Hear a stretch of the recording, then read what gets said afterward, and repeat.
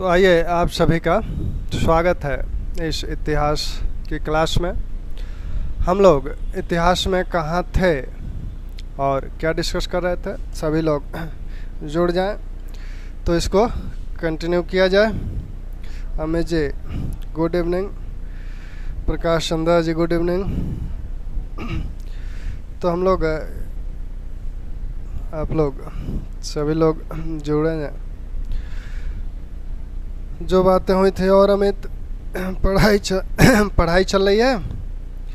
कैसी पढ़ाई चल रही है? ठीक ठाक चल रहा है? प्रकाश चंद्रा जी कैसा चल रहा है? सब अच्छा चल रहा है? इतिहास में कोई समस्या, प्रश्न वगैरह आप लोग कर रहे हैं ना आंसर्स लेके? तो प्रश्न करते रहिए। और जो है एग्ज़ाम तो होने ही है समय से, मतलब समय से जब भी निश्चित होगा, अगस्त सितंबर तक तो एग्ज़ाम होंगे ही होंगे। आपका जीआईसी वाला थोड़ा लेट हो सकता है, लेकिन ये एग्ज़ाम तो होंगे ही। तो परीक्षा का इंतज़ार ना किया जाए, परीक्षा तो होगी ही होगी, आज नहीं कल होगी। हम लोगों ने गुप्त वंश को शुरू किया था। गुप्त वंश के जो शासक हैं, तो इन शासकों को हम लोग देख रहे हैं कि आपका 275 से स्थापना वर्ष माना जाता है। श्रीगुप्त,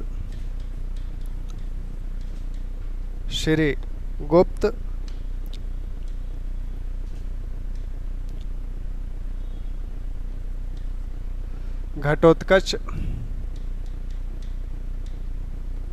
चंद्रगुप्त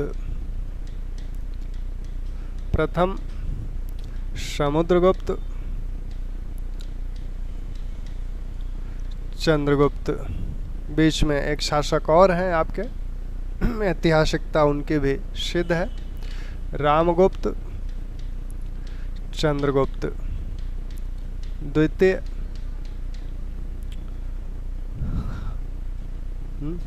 कुमारगुप्त,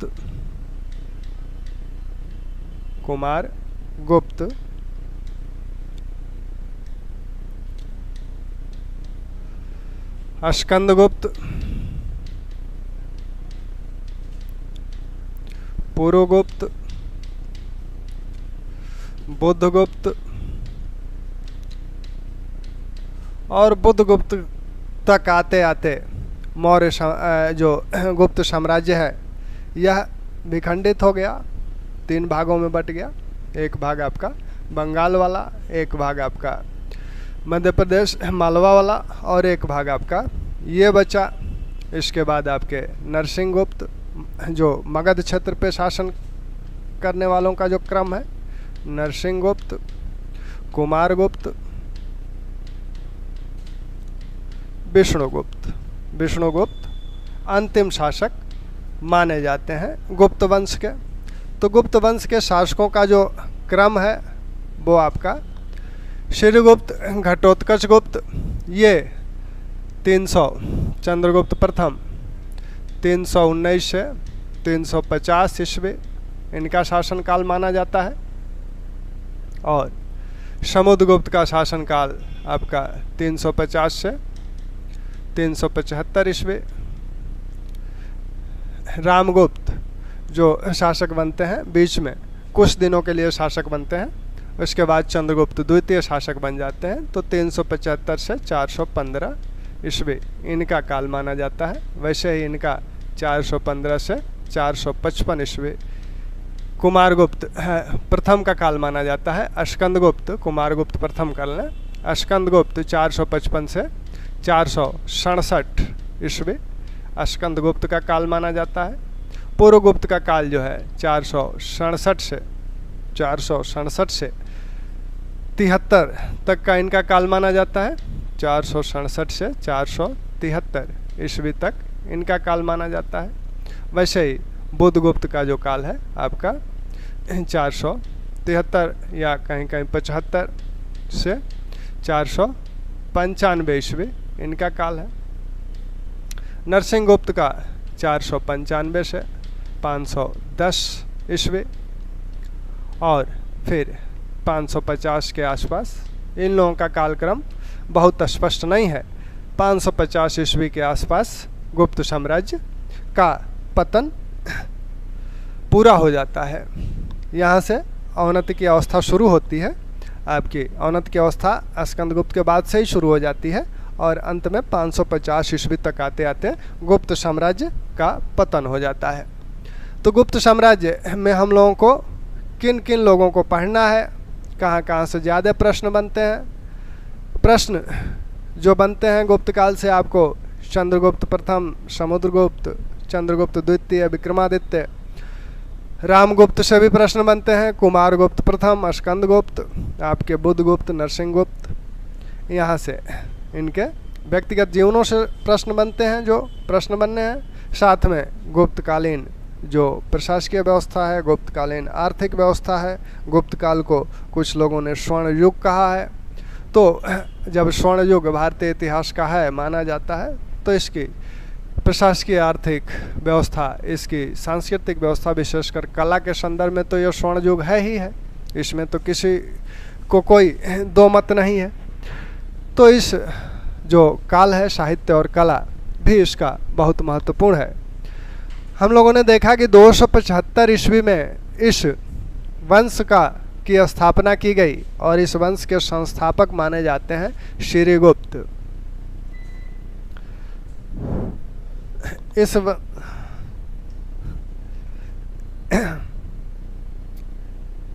तो बीच में लाइट डिस्टर्ब हो गई है। तो इस वंश के संस्थापक जो माने जाते हैं श्रीगुप्त माने जाते हैं। और श्रीगुप्त के विषय में यह स्पष्ट नहीं है कि उनका असली नाम गुप्त है या श्रीगुप्त है, लेकिन जो उल्लेख मिलता है वो श्रीगुप्त का मिलता है। और जो गुप्तों के अभिलेख हैं, गुप्तों के ढेर सारे अभिलेख प्राप्त हुए हैं। हर शासक के कई अभिलेख हैं। तो गुप्तों के जो अभिलेख हैं उन अभिलेखों में जो बात बताई गई है उसमें अधिकांश में यही बताया गया है कि गुप्त वंश का जो संस्थापक है वह श्रीगुप्त नामक व्यक्ति हैं।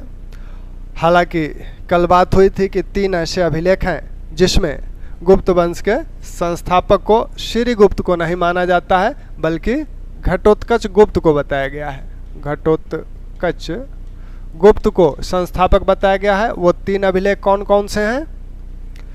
3 ऐसे अभिलेख हैं जिसमें गुप्त वंश के संस्थापक को घटोत्कच गुप्त बताया गया है, यानी पहला राजा जो बताया गया है, आदि राजा जो बताया गया है, वो आपका घटोत्कच गुप्त को बताया गया है। वो 3 अभिलेख कौन कौन से हैं आप बताएं तो उन तीनों अभिलेखों को हम यहाँ लिख सकें। घटोत्कच गुप्त और श्रीगुप्त के विषय में बहुत कुछ जानकारी नहीं मिलती है क्योंकि ऐसे कोई साक्ष्य नहीं है। श्रीगुप्त संबंधी 2 सिर्फ मुद्रा ही मिली हैं, इसलिए इनके कोई सिक्के मिले नहीं हैं। तो इसलिए इनके विषय में बहुत जानकारी नहीं प्राप्त होती है। जो अभिलेखों में अंकित है इनके विषय में उसी से जो थोड़ी बहुत जानकारी प्राप्त होती है। कुछ लोगों का ये मानना है कि जो गुप्त शासक हैं, ये जो प्रारंभिक दोनों गुप्त शासक हैं श्रीगुप्त और घटोत्कच गुप्त, ये प्रारंभ में सामंत थे। विशेषकर कुछ लोग कहते हैं कि लिच्छवियों के सामंत थे, कुछ लोग कहते हैं कुषाणों के सामंत थे। इनकी स्वतंत्र स्थिति पर भी संदेह व्यक्त किया जाता है। इनकी जो उपाधियां हैं महाराज, उस महाराज उपाधि को देखते हुए, क्योंकि माना यह जाता है कि महाराज जो उपाधि धारण करते हैं, बाद में आप जब देखेंगे महाराजा धीराज की उपाधि चंद्रगुप्त प्रथम पहली बार धारण करता है गुप्त शासकों में। तो महाराजा धीराज और महाराज 2 तरह की उपाधियां थी। तो महाराजा धीराज राजा धारण करता था और महाराज उपाधि सामंत धारण करते थे। तो इस संदर्भ में ये कहा जाता है कि इन दोनों की उपाधियां महाराज की है, इसलिए संभवतः ये सामंत शासक हैं। चंद्रगुप्त प्रथम के समय आकर इन लोगों ने, गुप्त वंश ने अपनी स्वतंत्रता घोषित की, स्वतंत्र शासक की स्थिति में आया। तो पहला जो है वास्तविक संस्थापक अगर कहें इसका तो चंद्रगुप्त प्रथम है। हालांकि इनके अभिलेखों में इनके आदि राजा संस्थापक श्रीगुप्त माने गए हैं, तो हम और आप यही मानेंगे कि इनके आदि राजा और संस्थापक श्रीगुप्त हैं। तो यहाँ कौन कौन से अभिलेख हैं? कुछ मिला आंसर?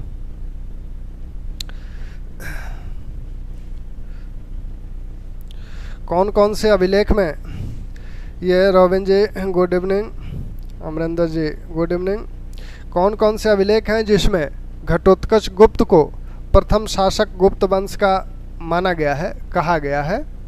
ये आपके जो अभिलेख हैं, कल बात हुई थी कि प्रभावती गुप्ता के 2 अभिलेख हैं। प्रभावती गुप्ता चंद्रगुप्त विक्रमादित्य की पुत्री हैं जिनका विवाह वाकाटक वंश में हुआ है।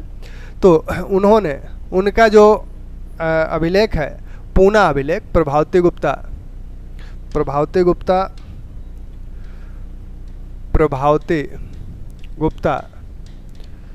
का पूना अभिलेख, पूना ताम्रपत्र लेख, और प्रभावती गुप्ता का ही रिद्धपुर ताम्रपत्र लेख, और अस्कंदगुप्त का शूपिया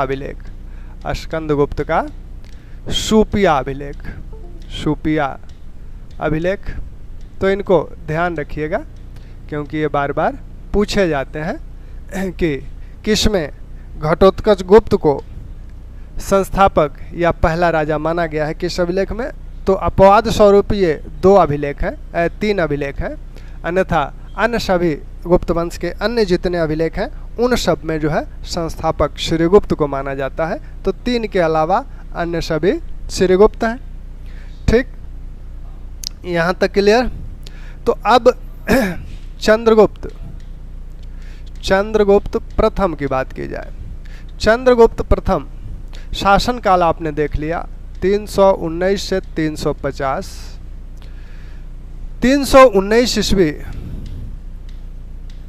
यह गुप्त संवत की ईस्वी है, गुप्त संवत की ईस्वी है। गुप्त संवत की ईस्वी है। और जो जूनागढ़ लेख है किसका? अस्कंदगुप्त का, उसमें बताया गया है कि जो गुप्त काल में जो काल गणना की जाती थी, गुप्त प्रकाले काल गणनायस, यानी गुप्त संवत में काल गणना की जाती थी। तो गुप्त काल में यह गुप्त संवत प्रचलित था और उसका समय क्या है? 319 ईस्वी गुप्त संवत प्रचलित किसने किया? गुप्त संवत प्रचलित करने वाले चंद्रगुप्त प्रथम है। 319 ईस्वी गुप्त संवत। अब इस संवत, एक लेख कल भी बात हुई थी, मालव संवत, मालवों की जो बात हो रही थी, तो मालव संवत में मंदसौर जो अभिलेख है कुमारगुप्त वाला, तो उसमें मालव संवत की बात की गई है। लेकिन यहाँ जो है अधिकांश गुप्त अभिलेखों में जो काल गणना की जाती है वो गुप्त संवत से की जाती है और यह 319 ईस्वी है। पुराणों में क्या कहा गया? पुराणों में विशेषकर वायु पुराण में कहा गया है कि गुप्त कहाँ के शासक हैं? मगध के शासक, यानी इनका अधिकार जो क्षेत्र है वो प्रयाग, साकेत और मगध क्षेत्र पे, प्रयाग, साकेत और मगध क्षेत्र पर इनका अधिकार है। तो इतना साम्राज्य यह माना जाता है कि चंद्रगुप्त प्रथम के समय गुप्त साम्राज्य में था, यानी गुप्त साम्राज्य यहाँ तक फैला हुआ था, मगध से लेकर साकेत और प्रयाग तक का जो क्षेत्र था ये गुप्त साम्राज्य का भाग था और यह चंद्रगुप्त प्रथम का साम्राज्य माना जाता है। तो वायु पुराण में यह बात कही गई है। इनका साम्राज्य जो बताया गया है, क्या बताया गया है? इन क्षेत्रों पर इनके अधिकार की बात कही गई है। पुराणों में आपने देखा ही था कल, क्या कहा गया था? गुप्तों को कहा गया है कि ये मगध गुप्तस्य बोला गया, मागधम गुप्तस्य बोला गया है, मगध नहीं, मागधम गुप्तस्य, यानी मगध के गुप्त, मागधम गुप्तस्य बोला गया है। तो मगध पर इनका अधिकार है, साथ में प्रयाग और साकेत पर अधिकार है। इनके समय की एक महत्वपूर्ण घटना है, जो कि सिक्के लगभग 25 सोने के सिक्के मिले हैं, सोने के सिक्के मिले हैं। इन सिक्कों को राजा रानी प्रकार का सिक्का बोला जाता है, राजा रानी प्रकार, या इसे विवाह प्रकार बोला जाता है, या इसे चंद्रगुप्त कुमार देवी प्रकार बोला जाता है, चंद्रगुप्त कुमार देवी प्रकार बोला जाता है। तो ये सिक्के जारी किए गए हैं। ये जो सिक्के हैं 25 विभिन्न क्षेत्रों से मिलते हैं। आपके उत्तर प्रदेश के टांडा से मिलता है, अयोध्या से मिलता है, वाराणसी से मिलता है, राजस्थान के बयाना से मिलता है। तो ये 25 सिक्के इन्हीं क्षेत्रों में विशेषकर मिले हैं। इन सिक्कों की खासियत क्या है? इस सिक्के पर जो लिच्छवी, ये कुमार देवी जो हैं, कुमार देवी और चंद्रगुप्त के विवाह से संबंधित ये सिक्के हैं। कुमार देवी लिच्छवी राजकुमारी हैं, लिच्छवी राजकुमारी हैं, लिच्छवी राजकुमारी हैं, और इनका विवाह किससे हो रहा है? चंद्रगुप्त से। लिच्छवियों का जो राज्य है, पहले से ही आप देख रहे हैं 16 महाजनपदों में भी लिच्छवियों का राज्य मगध में, वैशाली में था। और इनकी 2 शाखाएं हो गई थी, एक नेपाल की शाखा हो गई थी, एक वैशाली की शाखा थी। तो नेपाल वाली शाखा को संभवतः समुद्रगुप्त ने पराजित किया, और इस शाखा के साथ इनके, ये कुमार देवी के साथ चंद्रगुप्त प्रथम का विवाह होता है। इसी उपलक्ष्य में यह सिक्का जारी किया गया था संभवतः। इस सिक्के के एक भाग पर, जो मुख्य भाग है, उस पर चंद्रगुप्त और कुमार देवी दोनों का चित्र बना हुआ है, जिसमें यह दिखाया जा रहा है कि कुमार देवी चंद्रगुप्त को कुछ दे रही हैं, कुमार देवी चंद्रगुप्त को कुछ दे रही हैं। इस तरह का अंकन इस पर किया गया है। और पृष्ठभाग पर दुर्गा की आकृति है और नीचे लिखा हुआ है लिच्छव्यः। इस सिक्के पर जो लेख है वह लिच्छव्यः है, लिच्छव्यः। और साथ में चंद्रगुप्त और कुमार देवी के नाम भी हैं। चंद्रगुप्त के आगे कोई संबोधन आदरणीय सूचक शब्द नहीं है, सिर्फ चंद्रगुप्त है, और कुमार देवी के साथ श्री जुड़ा हुआ है। तो यहाँ जो मुख्य है यह लिच्छव्यः लेख है इस सिक्के का। सोने का सिक्का है, ये ध्यान रखिएगा। इस सिक्के से अक्सर प्रश्न पूछे जाते हैं। तो सिक्का किसका है? सोना का है। मिले कितने? लगभग 25 सिक्के मिले हैं। कुछ चांदी के सिक्के भी मिले हैं, लेकिन इतिहासकारों द्वारा अभी वो मान्य नहीं है कि चांदी के सिक्के चंद्रगुप्त के हैं। अभी जो मान्यता है, इतिहासकारों का जो बहुमत है, वो इस संदर्भ में है कि गुप्त काल में सबसे पहले चांदी का सिक्का चंद्रगुप्त द्वितीय अर्थात विक्रमादित्य ने शुरू की।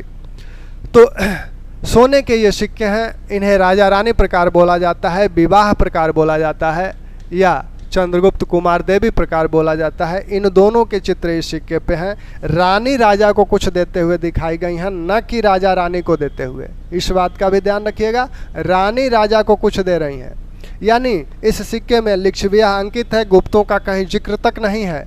यानी यहाँ यह शो हो रहा है इस सिक्के से कि लिच्छवियों का प्रभाव अधिक था। और यह जो कुमार देवी हैं, यह अपने पिता की अकेली संतान है।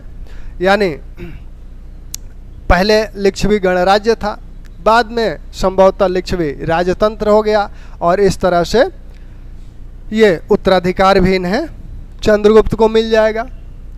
तो ये भी माना जाता है कि संभवतः चंद्रगुप्त और कुमार देवी दोनों एक साथ मिलकर शासन भी कर रहे थे।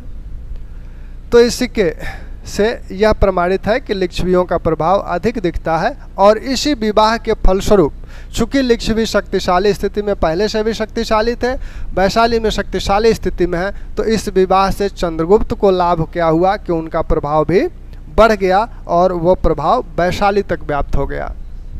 ठीक, तो चंद्रगुप्त के विषय में ये सूचना है। दूसरी सूचना चंद्रगुप्त के विषय में ये है, दूसरी बात जानने वाली चंद्रगुप्त के विषय में ये है कि ये गुप्त वंश के पहले शासक हैं, गुप्त वंश के पहले शासक हैं, गुप्त वंश के पहले शासक हैं जिन्होंने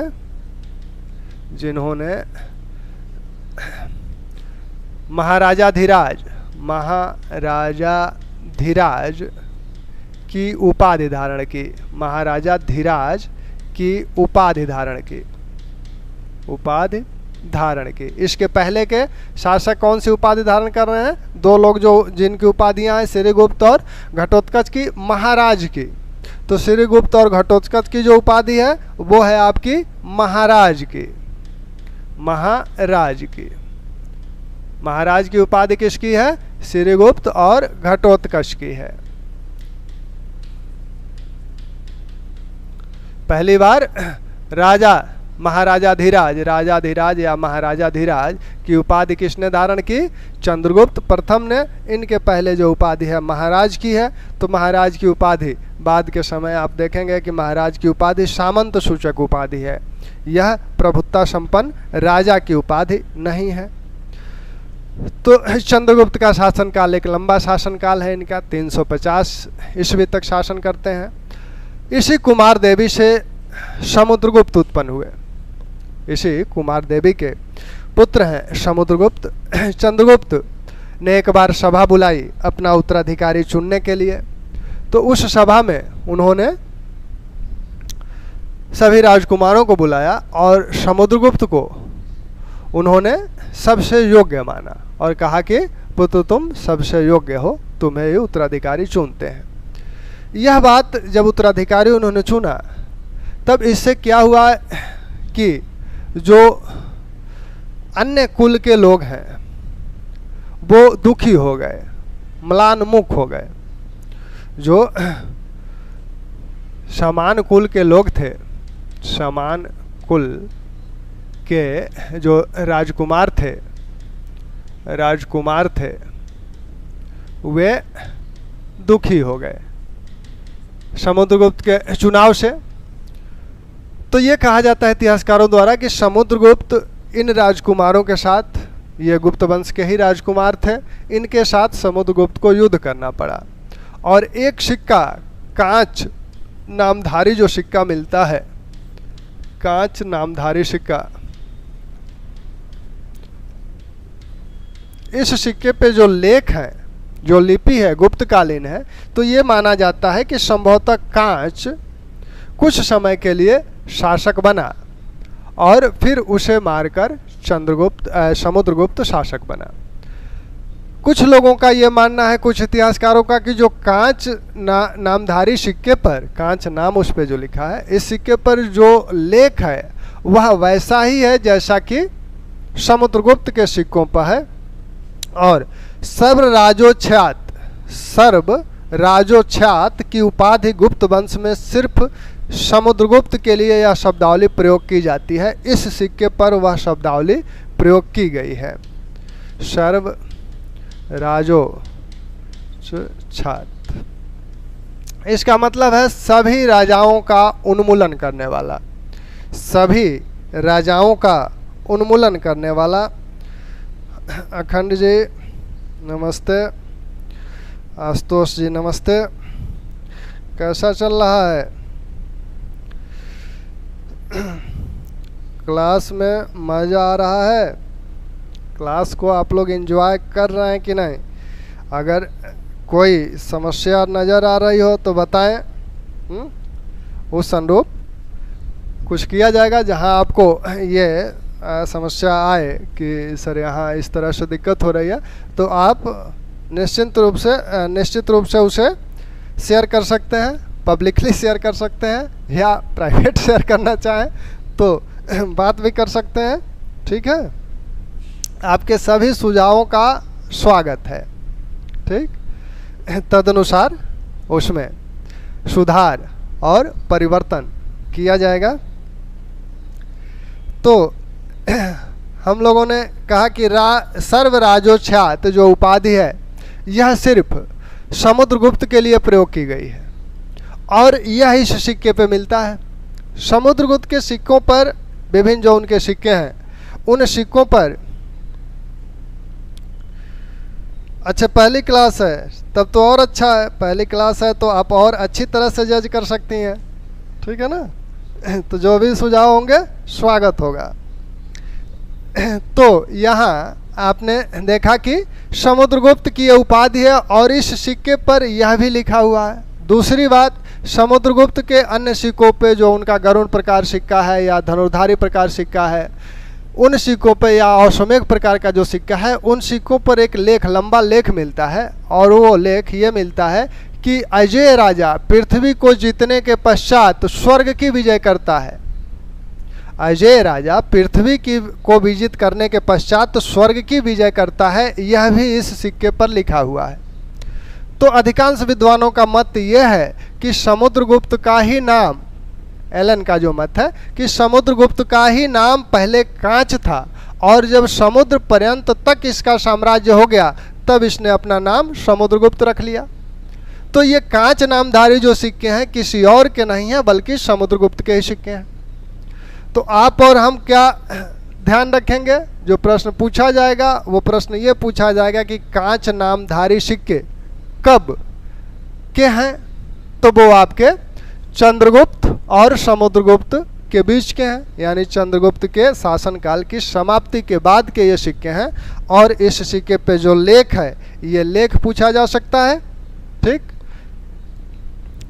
तो कांच नामधारी सिक्के के बाद तो ये स्पष्ट हो गया कि कांच नामक, कुछ इतिहासकारों के अनुसार कांच नामक समुद्रगुप्त का भाई रहा होगा राजकुमार। जो ये कहा जा रहा है कि इनके समुद्रगुप्त के उत्तराधिकारी चुनने के बाद अन्य राजकुमार दुखी हो गए, म्लानमुख हो गए।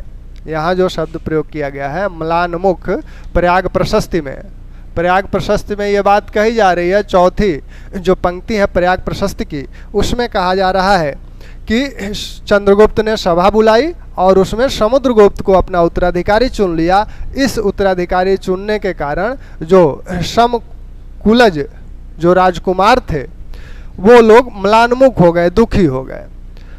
तो यहाँ इस संदर्भ में कांच जो नामधारी सिक्के मिले हैं उसको इस शब्द से जोड़ा जाता है कि जो म्लानमुख हो गए, दुखी हो गए, यानी कांच के साथ इनका युद्ध हुआ था, संघर्ष हुआ। दूसरा तर्क ये दिया जाता है कि ये जो समान कुल के राजकुमार हैं वो गुप्त वंश के राजकुमार नहीं हैं बल्कि इनके पड़ोसी राजाओं के राजकुमार हैं, जो यह जानकर दुखी हो गए कि समुद्रगुप्त जैसा शक्तिशाली उत्तराधिकारी अब यहाँ चुना गया तो हमारे लिए अब समस्याएं खड़ी हो जाएंगी, तो इसलिए वो लोग दुखी हो गए, ऐसा भी कहा जाता है। समुद्रगुप्त जानने का प्रमुख स्रोत, दो अभिलेख इनके प्रमुख हैं, आपका प्रयाग प्रशस्ति और एरण अभिलेख। एरण अभिलेख, प्रयाग प्रशस्ति के विषय में आप जानते हैं पहले से भी, यह अशोक का एक स्तंभ लेख है, पहले कौशाम्बी में था, अकबर ने इसे इलाहाबाद में मंगाया, इलाहाबाद के किले में स्थापित कराया। इस पर बीरबल का, अशोक के तो लेख हैं ही हैं, बीरबल का लेख है और इस पर जहांगीर का भी लेख है। ठीक, इस प्रशस्ति में जो बाद में इसमें बीच में समुद्रगुप्त का भी लेख है जो प्रयाग प्रशस्ति के नाम से जिसे हम लोग जानते हैं। तो समुद्रगुप्त के लेख को हम लोग प्रयाग प्रशस्ति के नाम से जानते हैं। और यह समुद्रगुप्त वाला जो लेख है इसको लिखा किसने? इसको लिखा हरिसेन ने, जो उनका शांति विग्रहिक भी था और महादंड नायक भी था। तो हरिसेन ने इसे लिखा। इसे जारी किसने किया? इसे जारी करने वाला भी उनका ही एक पदाधिकारी है, तिलक भट्ट। तिलक भट्ट ने इसे जारी करवाया था और लिखा था हरिसेन ने। ठीक, तो हरिसेन ने लिखा है, तिलक भट्ट ने इसे जारी कराया। पंक्तियां, कुल पंक्तियां 33 है और इस अभिलेख में, इस प्रशस्ति में यह कहा गया है कि यह काव्य है। इसमें काव्य की संज्ञा दी गई है और यह काव्य किस प्रकार का है? चंपू शैली में लिखा गया है। चंपू शैली कौन सी शैली होती है कि पहले आपका पद में लिखा जाता है, फिर गद, पद गद दोनों में यह लिखा हुआ है। तो पद और नीचे पंक्तियां गद में भी हैं, तो इसलिए यह चंपू शैली है। तो चंपू शैली में यह लिखा गया है।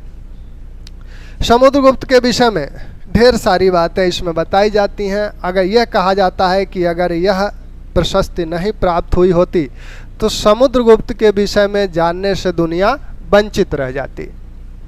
तो समुद्रगुप्त की विजयों आदि का उल्लेख इसमें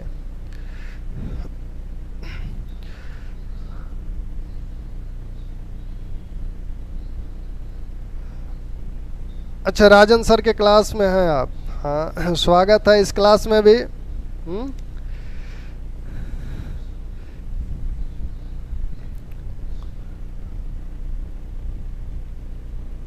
क्या पद एवं गद्य दोनों में है ये। ऊपर की पंक्तियां पद में है, नीचे की पंक्तियां गद्य में है। तो इस शैली को कहा जाता है कि ये चंपू शैली है। यही चंपू शैली है। जब दोनों का प्रयोग किया जाता है तो वह शैली चंपू शैली होती है।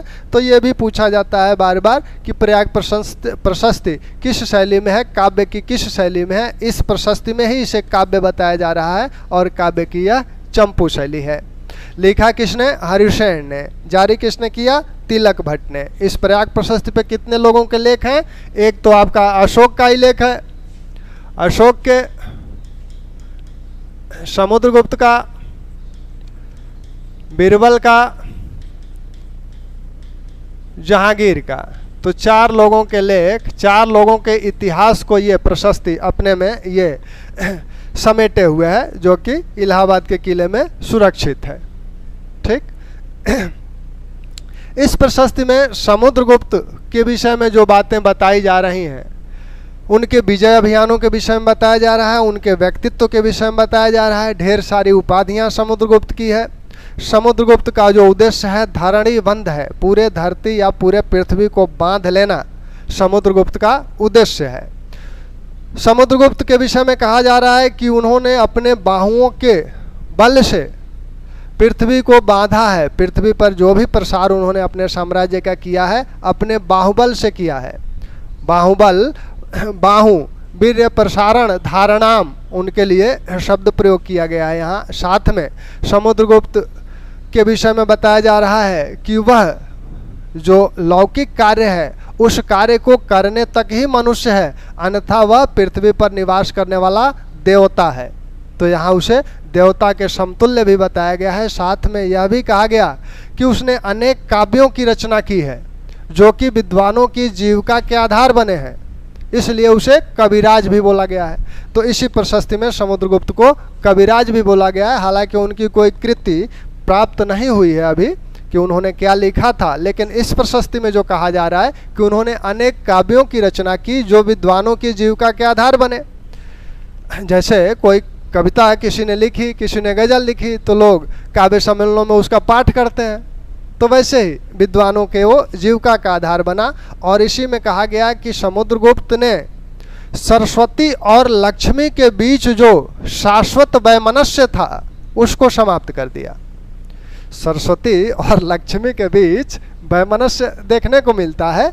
जहाँ सरस्वती है वहाँ लक्ष्मी नहीं, जहाँ लक्ष्मी है वहाँ सरस्वती नहीं, ऐसा माना जाता था कि ये शाश्वत विरोधाभास दोनों में था। तो समुद्रगुप्त ने इस विरोधाभास को समाप्त कर दिया, यानी जहाँ लक्ष्मी है, जहाँ सरस्वती है वहाँ लक्ष्मी भी होंगी। इसी प्रशस्ति में समुद्रगुप्त के विषय में कहा गया को नु साध्य गुणमति स्याद, को नु साध्योसी, यानी संसार में ऐसा कौन सा गुण है जो कि इसमें नहीं है। समुद्रगुप्त की प्रशंसा करते हुए इस प्रशस्ति में कहा गया कि संसार में ऐसा कौन सा गुण है जो कि समुद्रगुप्त में नहीं है। यह इसके सैनिक जो सेनापतित्व की भी प्रशंसा की गई, विभिन्न प्रकार के हथियारों की भी बात इसमें कही गई है। उन सब हथियारों को चलाने में भी यह पारंगत था। तो समुद्रगुप्त की विजयों की बात इसमें की गई है। थोड़ा सा विजय हम लोग देखें। समुद्रगुप्त की जो विजय हैं, समुद्रगुप्त ने भिन्न भिन्न क्षेत्रों पर विजय के लिए भिन्न भिन्न नीति अपनाई। प्रशस्ति की 13वीं 14वीं पंक्ति में आर्यावर्त के प्रथम युद्ध का उल्लेख किया गया है। आर्यावर्त को आप जानते हैं, मनुस्मृति में आर्यावर्त को क्या कहा गया था? ब्रह्मदेश और आर्यावर्त या मध्य देश की जो शब्दावली का प्रयोग किया जाता है, तो आर्यावर्त का मतलब है हिमालय से लेकर विंध्य पर्वत तक और पूर्वी समुद्र से लेकर पश्चिमी समुद्र तक के बीच के क्षेत्र को आर्यावर्त बोला जाता है। तो आर्यावर्त का प्रथम युद्ध 13वीं 14वीं पंक्ति में आर्यावर्त के प्रथम युद्ध का उल्लेख है। यहाँ कुछ 3 राजाओं का उल्लेख है। इन 3 राजाओं को उसने पराजित किया था, जिसमें आपके अच्युत, नागसेन, कोतकुलज। तो नागसेन के विषय में आपने देखा था कि जो नागवंशी शासक है ये ग्वालियर क्षेत्र पर शासन करते थे, यानी मालवा वाला क्षेत्र जो है इस पे शासन करते थे। और आपके अच्युत जो हैं अहिछत्र यानी बरेली के शासक थे। और कोतकुलज को माना जाता है कि कोत नामधारी कुछ सिक्के मिले हैं वो आपके दिल्ली क्षेत्र से मिले हैं, तो यहाँ का शासक रहा होगा। इन 3 राजाओं को पराजित करने का उल्लेख आर्यावर्त के प्रथम युद्ध में होता है। उसके बाद इसने दक्षिण की तरफ अभियान किया, दक्षिणापथ की विजय की। दक्षिणापथ की जो विजय की इसने, उस दक्षिणापथ की विजय में 12 राजाओं का नाम लिया जाता है और इन 12 राजाओं को इसने पराजित किया। 12 राजाओं को जो पराजित किया तो उनके संदर्भ में कौन सी नीति अपनाई? उनके संदर्भ में जो नीति समुद्रगुप्त ने अपनाई उसे ग्रहण मोक्षानुग्रह नीति बोला जाता है। ग्रहण मोक्षानुग्रह, ग्रहण मोक्षानुग्रह, मोक्षानुग्रह नीति बोला जाता है। यानी पहले उनको विजित किया, फिर उनसे अपनी अधीनता स्वीकार कराकर उन्हें स्वतंत्र कर दिया, मुक्त कर दिया। तो यह ग्रहण मोक्षानुग्रह की नीति है। इसी नीति को प्राचीन साहित्य में धर्म विजय की नीति भी बोला गया है। धर्म विजय की नीति, हालांकि इस नीति वो धर्म विजय की नीति और अशोक जिस धर्म विजय की बात करता है 13वें शिलालेख में, उसमें अंतर है। वो बात अशोक के समय हुई थी, लेकिन प्राचीन साहित्य में महाभारत रामायण में जिस धर्म विजय की बात की जाती है उस धर्म विजय का मतलब है किसी राजा को पराजित करना, उससे अधीनता स्वीकार कराकर फिर उसे उसका राज्य लौटा देना। यही धर्म विजय है, यही ग्रहण मोक्षानुग्रह की नीति है। फिर आगे वह जब दक्षिण गया था माना जाता है, इन 12 का नाम अभी लिखाएंगे, अभी आप सिर्फ इनकी नीतियों को एक बार सुन लें।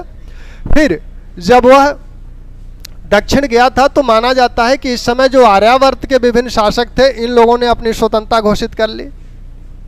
जब दक्षिण से लौटा तो दक्षिण गया किस रास्ते से था? इसमें जो भी 12 राज्यों का उल्लेख है ये अधिकांश राज्य आपके उड़ीसा, आंध्र प्रदेश और तमिलनाडु के हैं। तो इस रास्ते गया था और इसी रास्ते फिर ये मध्य जो देश है, मध्य भारत है, इसी रास्ते गया था, इसी रास्ते फिर आया भी। कुछ लोग ऐसा मानते हैं, कुछ इतिहासकारों का मानना है कि ये इधर से गया था पूर्वी छोर से और पश्चिमी छोर से आया। ऐसा नहीं है, ऐसा नहीं है, क्योंकि ऐसा होता तो यहाँ वाकाटकों का राज्य है।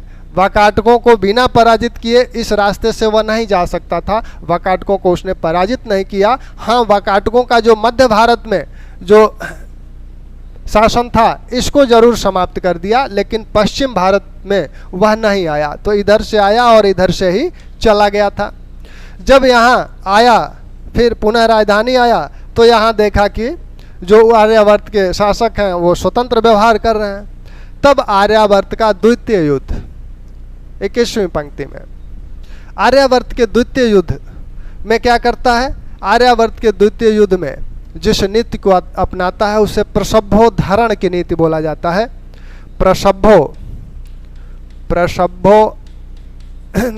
की नीति बोला जाता है। इस नीति के तहत 9 राजाओं का उल्लेख है। इन सभी राजाओं का उन्मूलन कर दिया, बिल्कुल इनका जड़ से विनाश कर दिया। तो इनका धन्यवाद।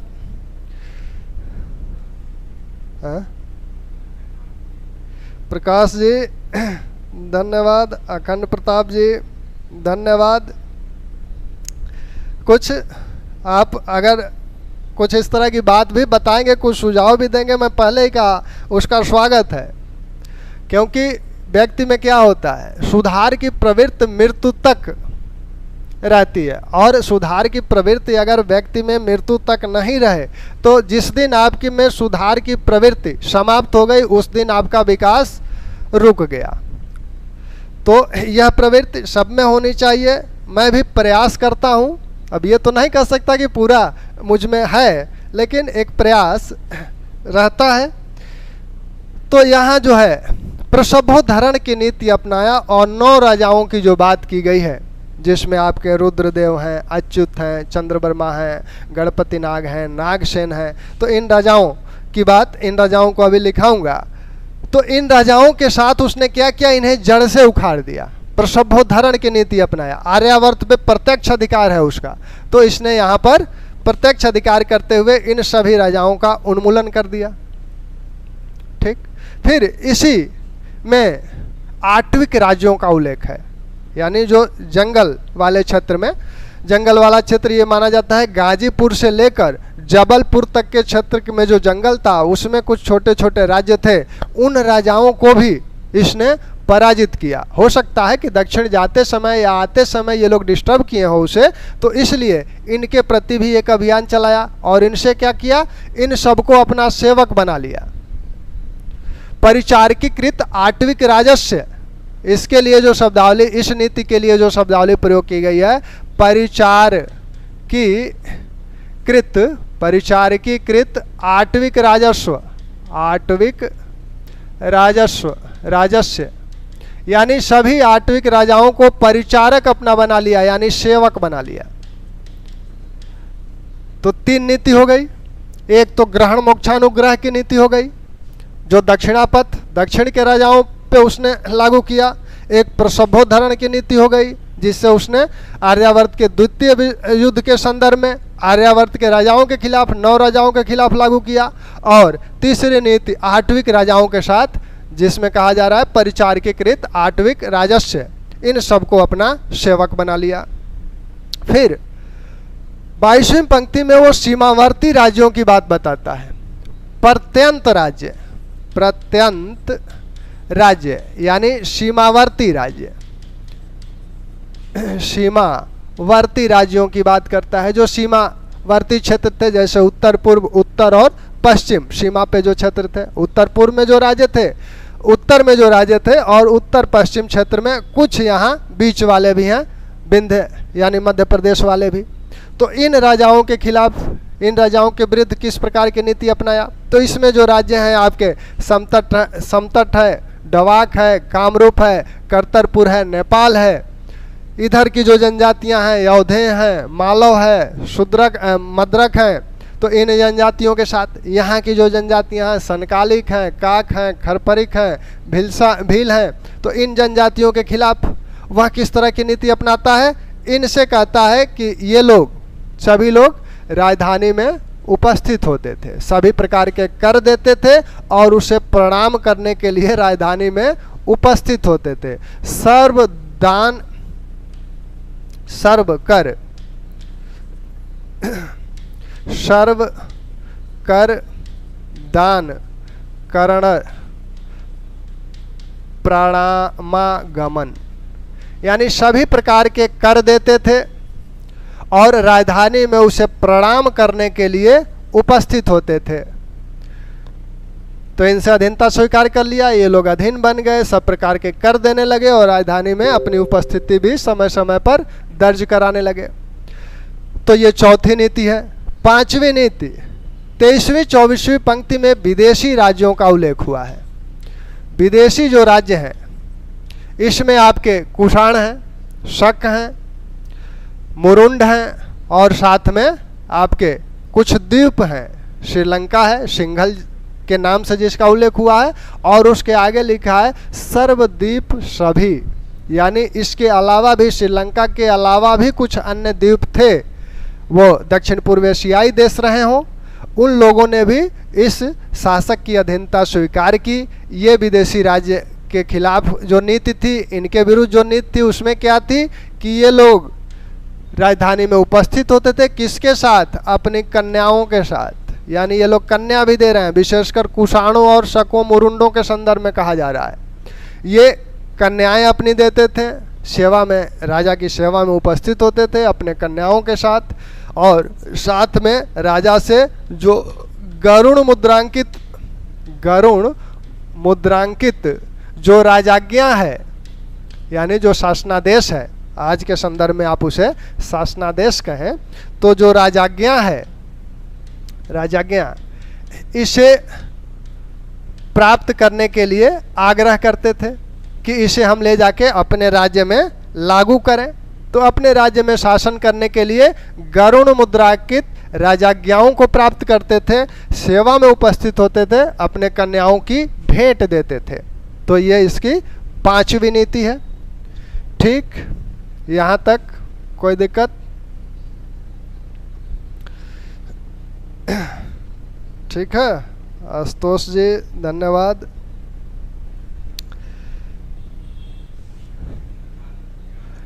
टाइमिंग जो है 8 बजे से है। आप लोगों को कम से कम, आप लोगों को तो ना बताना पड़े, रोज़ आप इंतज़ार ना करें कि लगा है कि नहीं लगा है। जब कि जिस दिन क्लास नहीं रहेगी वो उस दिन तो आपको सूचित कर ही दिया जाएगा कि आज क्लास नहीं रहेगी। लेकिन अमूमन जो क्लास सामान्यतः जो रहेगी वो 8 बजे से 9 बजे के बीच है। और एक क्लास आपकी इतिहास से संबंधित एक क्लास और होती है, इसके पहले होती है, हालांकि वो ऑनलाइन क्लास नहीं है लेकिन यूट्यूब पे वो आपको मिल जाता है। वो है मॉडर्न हिस्ट्री का क्लास चल रहा है, बहुत ही महत्वपूर्ण टॉपिक चल रहे हैं इस समय। क्रांतिकारी आंदोलन चल रहा है, जहाँ से 1-2 प्रश्न अमूमन पूछे ही पूछे जाते हैं, तो उसको भी आप देखें। और उससे संबंधित भी कोई प्रश्न अगर आपके मन में आए, कहीं कुछ क्लियर ना हो रहा हो, तो उससे भी आप पूछ सकते हैं। और ग्रुप में आप जुड़े हैं तो ग्रुप पे भी सवालों को रख सकते हैं। तो ये समुद्रगुप्त की बातें हैं। समुद्रगुप्त कैसा शासक है, अब इसका साम्राज्य कहाँ तक विस्तृत है। समुद्रगुप्त की जो साम्राज्य सीमा है, यानी इसके राज्य में कौन कौन से क्षेत्र हैं, तो इसके राज्य में क्षेत्र अगर देखें तो इधर असम तक है, समतट बंगाल, डवाक, कामरूप वाला क्षेत्र, यानी पूरब में पूरा बांग्लादेश से लेकर असम तक का क्षेत्र। इधर आपका लिच्छवियों को पराजित करता है, नेपाल के पूरे तट, इधर नहीं है शासन। पश्चिमी पंजाब, पश्चिमी राजपूताना, गुजरात, इस क्षेत्र पर, महाराष्ट्र, इस क्षेत्र पर समुद्रगुप्त के राज्य में ये नहीं है। उधर कश्मीर नहीं है, यानी कश्मीर नहीं है, पश्चिमी पंजाब नहीं है, पश्चिमी राजपूताना नहीं है, गुजरात नहीं है, महाराष्ट्र नहीं है। है क्या? इधर पूरब में आपका बांग्लादेश और असम तक है, उत्तर में हिमालय तक है, दक्षिण में विंध्य पर्वत तक है। दक्षिण में के जो राज्य हैं, दक्षिणापथ के राज्य, उनके साथ आपने देखा ही किस तरह की नीति अपनाता है, उस तरह की नीति, ग्रहण मोक्षानुग्रह की नीति अपनाता है, उनका राज्य पुनः लौटा देता है। तो प्रयाग प्रशस्ति की बात हो गई थी। अब प्रयाग प्रशस्ति के बाद जो समुद्रगुप्त की उपाधियां जो हैं, उपाधियां विभिन्न प्रकार की इनकी हैं। धरणी बंध इनका उद्देश्य है, यानी संपूर्ण पृथ्वी को, संपूर्ण पृथ्वी को जीतना, संपूर्ण पृथ्वी को जीतना इनका उद्देश्य है। संपूर्ण पृथ्वी को जीतना या बांधना, जीतना या बांधना, बांधना उद्देश्य है इनका। ठीक, इनकी उपाधियों में कृतांत परशु, परशु प्रकार के जो इनके सिक्के हैं, इन पर इनकी एक उपाधि कृतांत परशु लिखी गई है। कविराज उपाधि आपके प्रयाग प्रशस्ति में ही दी गई है। व्याघ्र पराक्रमः, व्याघ्र पराक्रमः, यह उपाधि व्याघ्र शैली के जो सिक्के हैं, व्याघ्र हंता शैली के, उस पे ये लिखा हुआ है व्याघ्र पराक्रमः। धर्म प्राचीर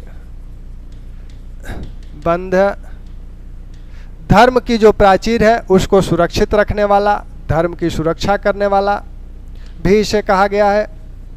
यह प्रयाग प्रशस्ति में ही कहा गया है, धर्म की रक्षा करने वाला।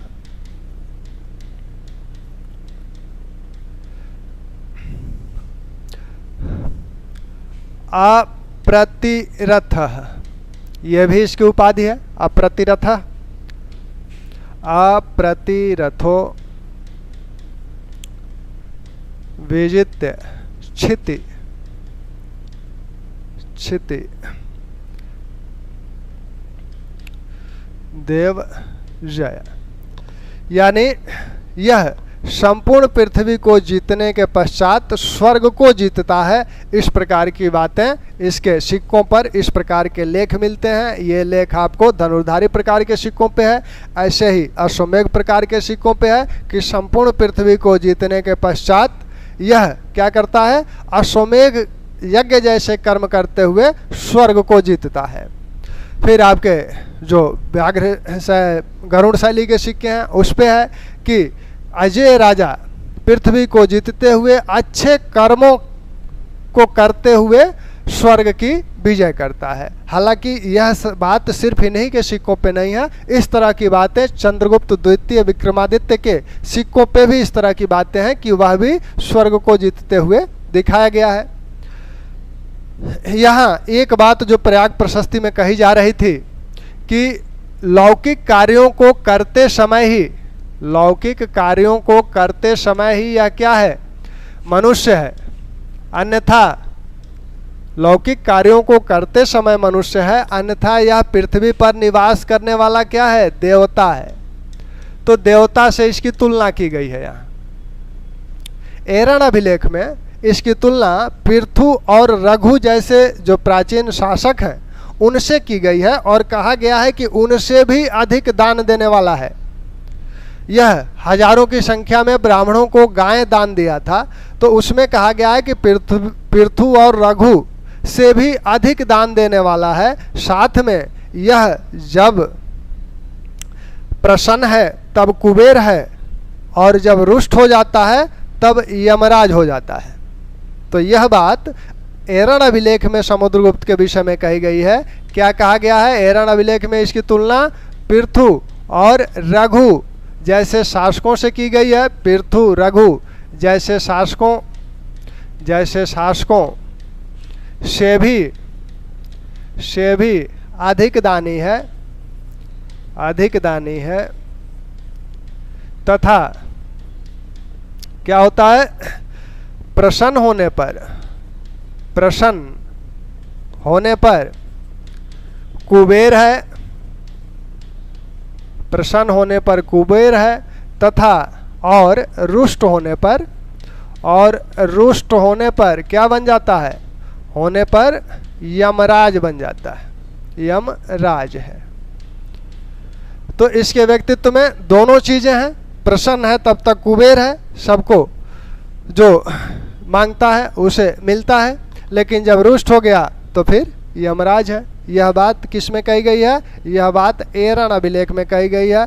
तो ये बार बार पूछा जाता है कि यह किस में कहा गया है, किस अभिलेख में कही गई है ये बात। तो ये बात समुद्रगुप्त के लिए है, ये तो ठीक है, तो ये नहीं पूछा जाता है। ये पूछा जाता है कि यह किस में कही गई है, किस अभिलेख में कही गई है, तो वो आपके एरण अभिलेख में कही गई है।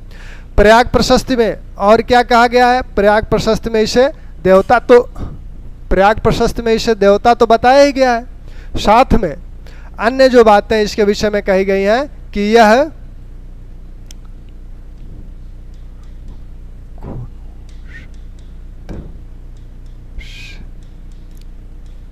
न शायद गुणमती, यानी संसार में ऐसा कौन सा गुण है जो इसमें नहीं है। संसार में ऐसा कौन सा गुण है, ऐसा कौन सा गुण है जो इसमें नहीं है।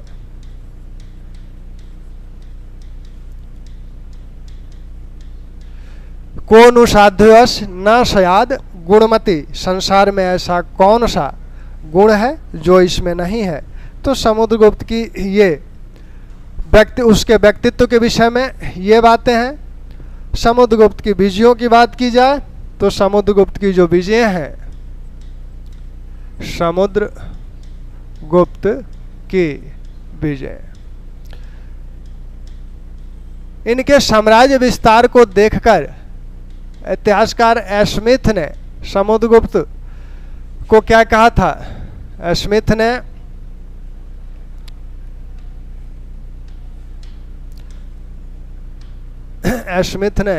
समुद्रगुप्त की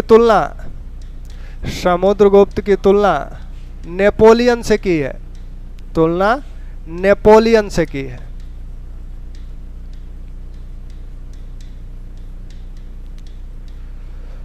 तो नेपोलियन किसने कहा? स्मिथ ने कहा। तो इस बात को भी ध्यान रखिएगा कि नेपोलियन किसने कहा? नेपोलियन स्मिथ ने कहा। तो स्मिथ ने ये स्मिथ इन्हें नेपोलियन कहते हैं। इनके बीजियों के संदर्भ में, किस संदर्भ में कहते हैं? इनके बीजियों के संदर्भ में, बीजियों के संदर्भ में। बीजियों का उल्लेख कहाँ हुआ है? बीजियों का, इसकी बीजियों का उल्लेख प्रयाग प्रशस्ति, प्रयाग प्रशस्ति में होता है। प्रयाग प्रशस्ति में हुआ है। प्रयाग प्रशस्ति की जो 13वीं 14वीं पंक्ति है, 13वीं 14वीं पंक्ति, प्रयाग प्रशस्ति की 13वीं 14वीं पंक्ति में आर्यावर्त के प्रथम युद्ध का उल्लेख हुआ है। आर्यावर्त का प्रथम युद्ध। इसमें बताया गया है कि समुद्रगुप्त ने आर्यावर्त के 3 शासकों को पराजित किया था। आर्यावर्त के प्रथम युद्ध में समुद्रगुप्त ने इस युद्ध में निम्न 3 शासकों को पराजित किया था। निम्न 3 शासकों को पराजित किया। कौन कौन शासक हैं? ये आपके शासक हैं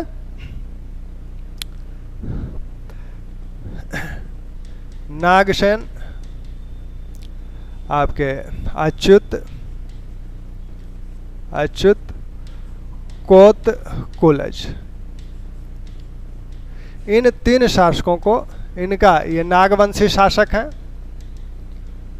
ये जो हैं अच्युत बरेली के शासक हैं। अच्युत नामधारी, यहाँ से सिक्के भी इनके मिले हैं। इनके सिक्के अच्यु नामधारी, अच्यु नाम से मिले हैं। तो बरेली, यानी बरेली का मतलब अहिछत्र। अहिछत्र इसका प्राचीन नाम अहिछत्र है। तो अहिछत्र के ये शासक हैं। कोत कुलज के विषय में स्पष्ट पहचान नहीं है, लेकिन कोत नामधारी जो सिक्के मिले हैं वो कोत नामधारी सिक्के आपके दिल्ली वाले क्षेत्र से मिले हैं। तो दिल्ली क्षेत्र से, दिल्ली के आसपास से, दिल्ली क्षेत्र से कोत नामधारी का मतलब कोत नाम लिखे हुए, कोत नाम लिखा हुआ सिक्का मिला है। कोत नामधारी सिक्के मिले हैं। इसलिए ये माना जाता है कि ये दिल्ली क्षेत्र पर शासन करने वाले कोतवंशी शासक थे। तो इन 3 शासकों को उसने आर्यावर्त के प्रथम युद्ध में क्या किया? पराजित किया। अब इसके बाद कहाँ अभियान किया? इसके बाद दक्षिणापथ पे अभियान किया। तो इसके बाद जो अभियान है आपका दक्षिणापथ का युद्ध। अब दक्षिणापथ क्या होता है? दक्षिणापथ और सुदूर दक्षिण 2 शब्दावलियाँ प्राचीन साहित्य से ही प्रयोग की जा रही हैं। दक्षिणापथ का जो प्रयोग महाभारत आदि में किया गया है, उसका मतलब है कि आपका यह विंध्य पर्वत से लेकर और कृष्णा तक के बीच के क्षेत्र को दक्षिणापथ बोला जाता है, और कृष्णा से नीचे समुद्र तक के क्षेत्र को सुदूर दक्षिण बोला जाता है।